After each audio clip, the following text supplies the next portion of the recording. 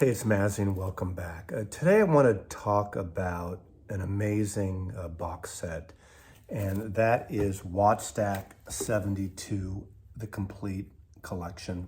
This is a 10 LP set, and this is a collection that Craft Records just put out in the last several months. I want to kind of go into a semi-deep dive and a little personal background of the history of how I got into this music and the experience I had last weekend listening to this entire set straight through for 7+ hours.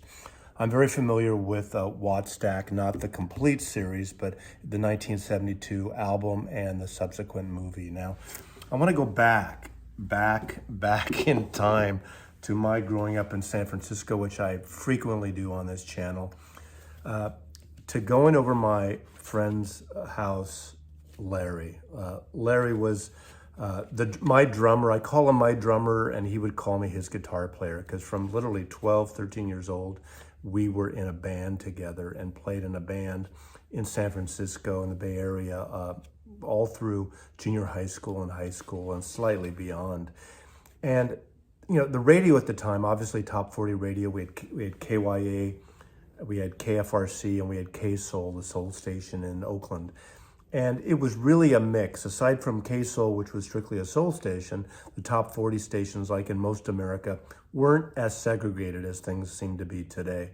We had great soul records and funk records and pop records and, you know, psychedelic and garage rock and, you know, sugary power pop, not really power pop, but bubblegum music, all kinds of schmaltzy things as well, all mixed together. And, you know, I grew up with the soul, the great Motown songs of the Supremes and the Temptations, and you know, artists like Edwin Starr, who sang War, and obviously Stax. Stax and Motown were two of the great labels. But in 1969, I remember going over to Larry's house, and he had picked up this album, Hot Buttered Soul, and I don't think either of us had heard of Isaac Hayes at the time. And of course, Isaac Hayes had been a staff producer and writer for Stax Records all throughout the 1960s, but we didn't know who he was. And this album was his second album. And this came at a real pivotal time for Stax Records, because Stax had finally split from their distribution with Atlantic Records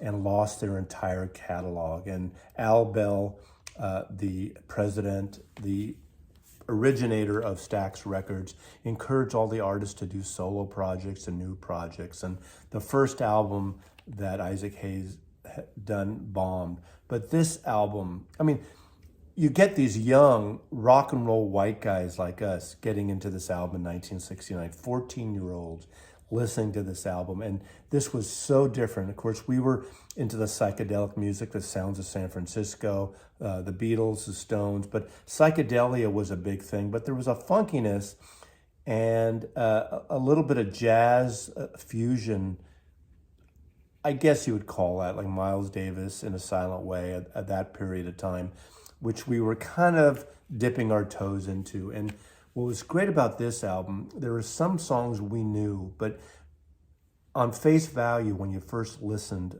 to the songs on this record, you almost didn't recognize them. Walk On By, the Hal David, Burt Bacharach song, 12 minutes. Hyperbolistic, Sibyllistic, Questa, Mystic, Supercalifragil, you get what I'm talking about, at 9 minutes. And side two, you got Oh Woman, you got an 18-minute version of By the Time I Get to Phoenix, the Jimmy Webb song that Glenn Campbell had a hit on. This was an album backed by the Bar-Kays, produced and arranged and sung and played wonderfully by Isaac Hayes, became the sensation, a real crossover hit record. Not really a top 40 record in essence, but the rock and roll stations, at least in the Bay Area, were also playing it. This was a funky, soulful masterpiece, and this got us into the whole thing of Stax. Of course, I would have heard, I remember in early high school in '67, I would hear Albert King's record, Born Under Bad Signs, and especially this one. Our teacher played this on Fridays. He would play Records every Friday, and he played this live at the Fillmore. Albert King Live Wire Blues Power, another great Stax release of the great blues of Stax, great soul, funk, blues. On the radio, there were bands, there were artists like Eddie Floyd, and this was Knock on Wood, another Stax record that was a wonderful hit.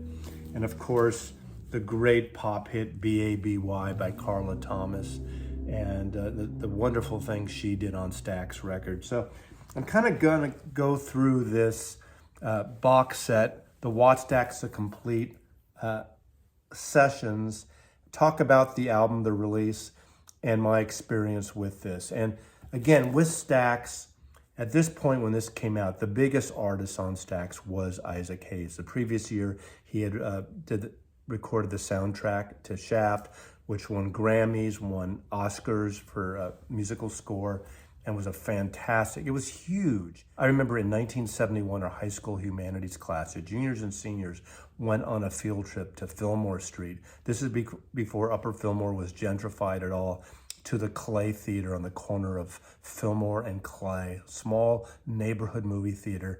And our humanities class, we went in an afternoon and we saw the film Shaft.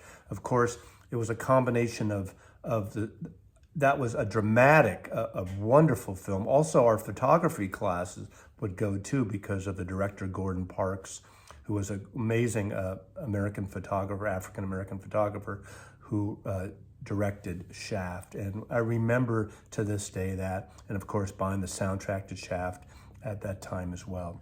So in 1971-72, Al Bell, the head of Stax Record, opened a satellite office in LA. He really wanted to support the community there in LA, the African-American community, as well as dip their toes in what was going on in Hollywood at the time. And of course, the record industry in the 70s would explode and would eclipse the movie industry as well.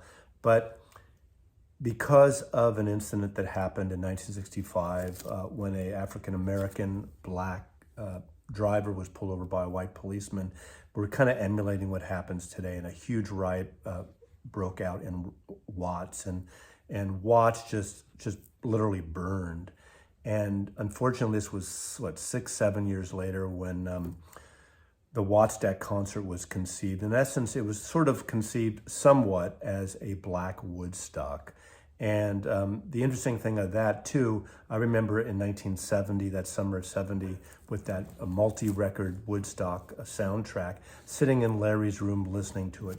And the beauty of that record was not only the great songs of all those bands that played in 1969, the Summer Festival in Woodstock, New York, but it was sitting around listening the way they edited that like an audio montage of music, of sound, of field recordings, of stage announcements, of, you know, when they were talking about a man got his stand burned down, buy a hamburger, the brown acid is bad, all the little things, the segues. That's what this reminded me of listening to it. Now, over the last 2-3 weeks when I first got this, I listened to one record a night. 10 LPs is a lot to devour and a lot to take in at once. So I listened to one a night, and I was flabbergasted. I was floored. Finally, last Saturday, I listened to all 7 hours, sort of as a full-on piece. Now, I remember buying the 2 LP set of Wattstax in 1972. It came out. Larry and I saw the movie together, and what a great film. The concert was at the LA Coliseum. There were 100,000+ people attending Los Angeles, and it was just an amazing show. Now, listening to this and thinking back to those days, listening to the Woodstock soundtrack, the stage announcements go more into the people from the field moving off to the bleachers, to the stands, clearing ways, a lot of that. There's also a lot of political comments and commentary by Jesse Jackson, obviously Al Bell as well, and other figures in public sector, giving awards out the first record or two here. So there's a lot of more ambient announcements in the first couple of records, and then it kind of goes on to create this great musical day, this incredible, soulful, funky, bluesful soul thing. So obviously the double LP, and then there was a subsequent second Wattstax album that came out in the early 70s as well, have only a small segment of what this box contains. This is the full-on box you can get on vinyl or compact disc. And it opens up with this amazing, just almost 20-minute version of Dale Warren and the Wattstax 72 Orchestra. Each record comes in these individual inner sleeves. And this orchestration, I think it was edited for the original, it's a very 2 or 3 minute segment on the original album. This goes on for 20 minutes, and it's really like an introduction. If you remember the old cinematic road shows where they would have a overture at the beginning of West Side Story or any other movie, Lawrence of Arabia, that were on screen and part of the road show attraction. That's what this is. It goes on for 20 minutes. It builds up. There's a funky groove to it. It builds up to this amazing electric guitar riff in the last several minutes of the song. It just really is a wonderful intro and interlude. And then it goes into Kim Weston singing an amazing soulful version of the Star Spangled Banner to open up the day. I'm going to go through not every artist here, but just some of them that were highlights for me listening to this. There is a great talk by Melvin Van Peebles.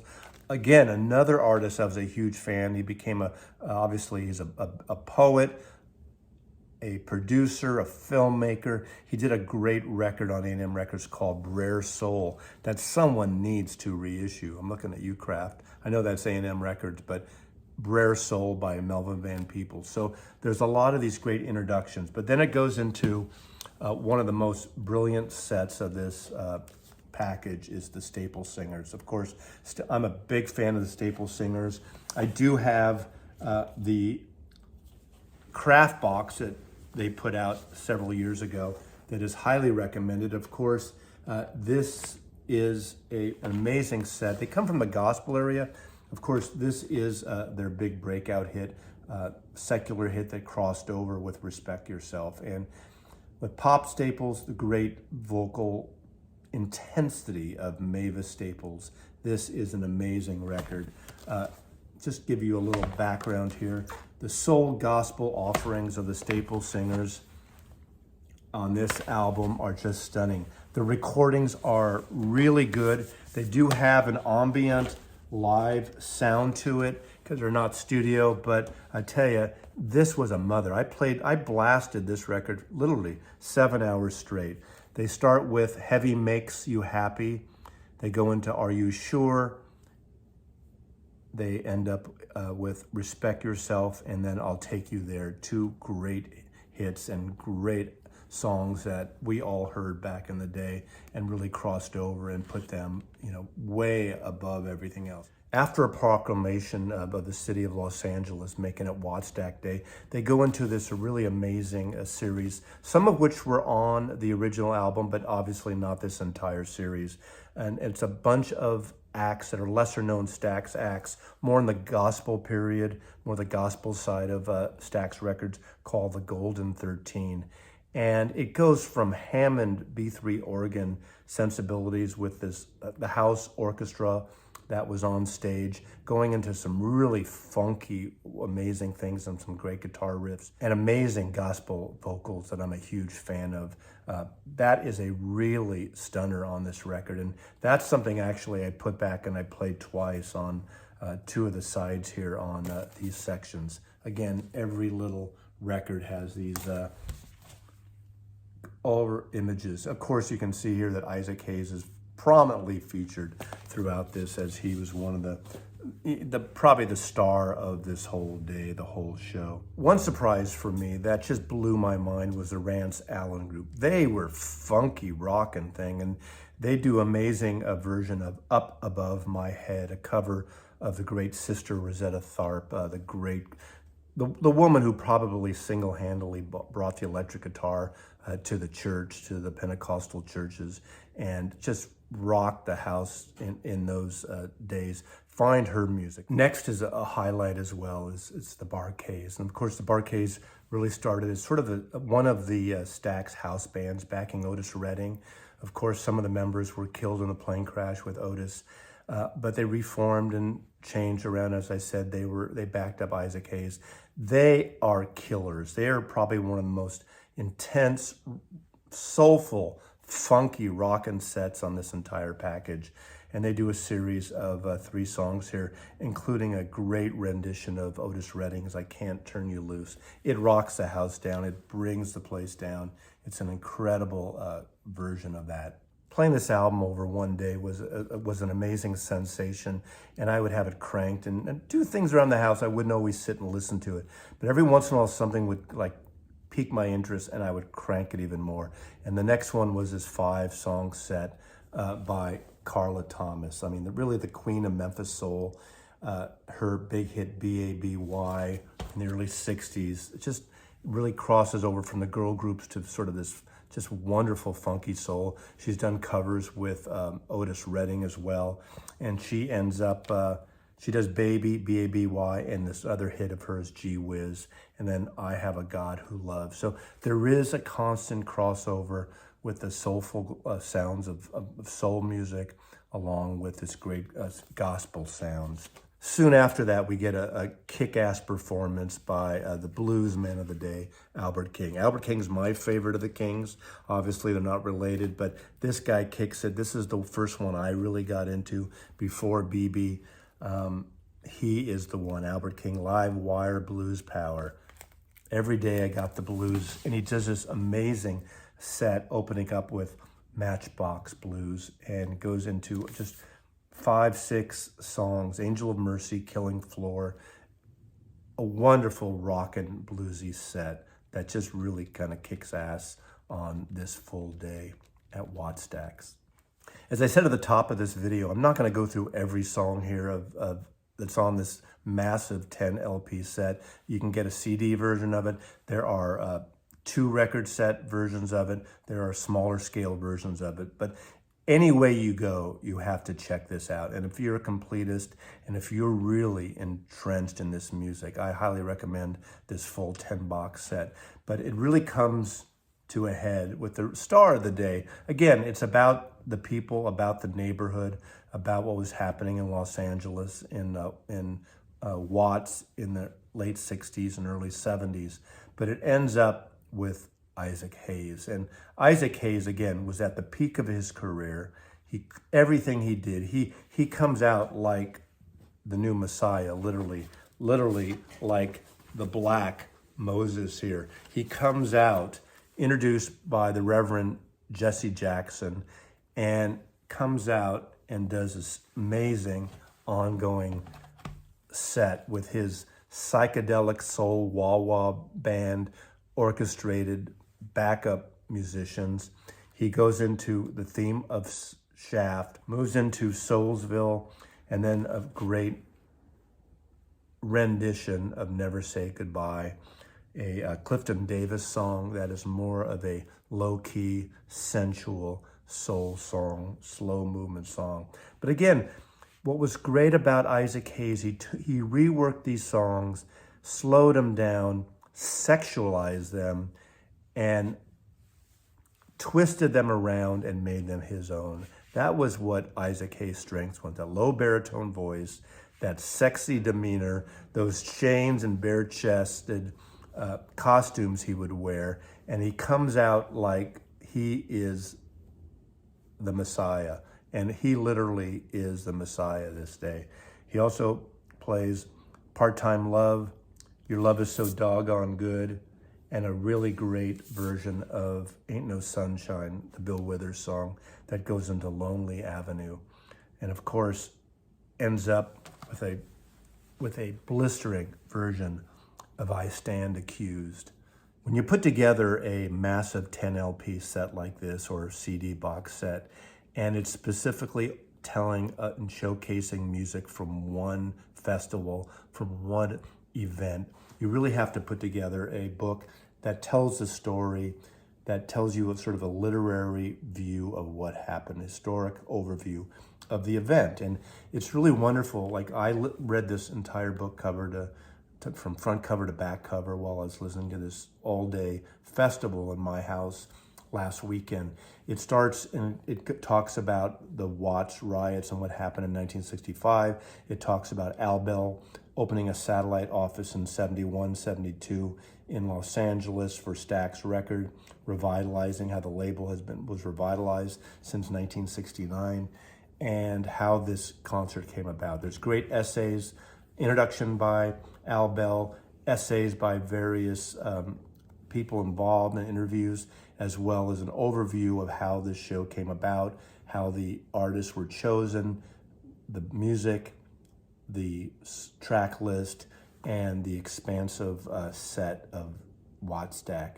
There's also a reproduction of the brochure that came out, the menu came out that tells you about every artist during this wonderful day in music in Wattstax in 1972 at the LA Coliseum. In closing, I just want to say this was an amazing, unexpected day of music last weekend, all 7 hours of this. And it was a experience that brought back a lot of memories for me from listening to a lot of these acts, starting with that Isaac Hayes record, and of course, seeing this movie in a theater in 1972. So thanks for watching.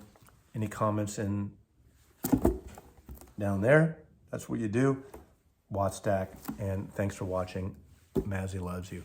Little shout out. That is a painting illustration by the great illustrator Mark Ulrichsen. Our office used to represent him years ago. He does a lot of wonderful covers for the New Yorker magazine, including a lot of baseball covers. I think the new issue has one of his illustrations.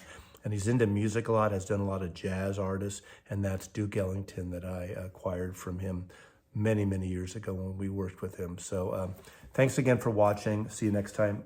Mazzy loves you.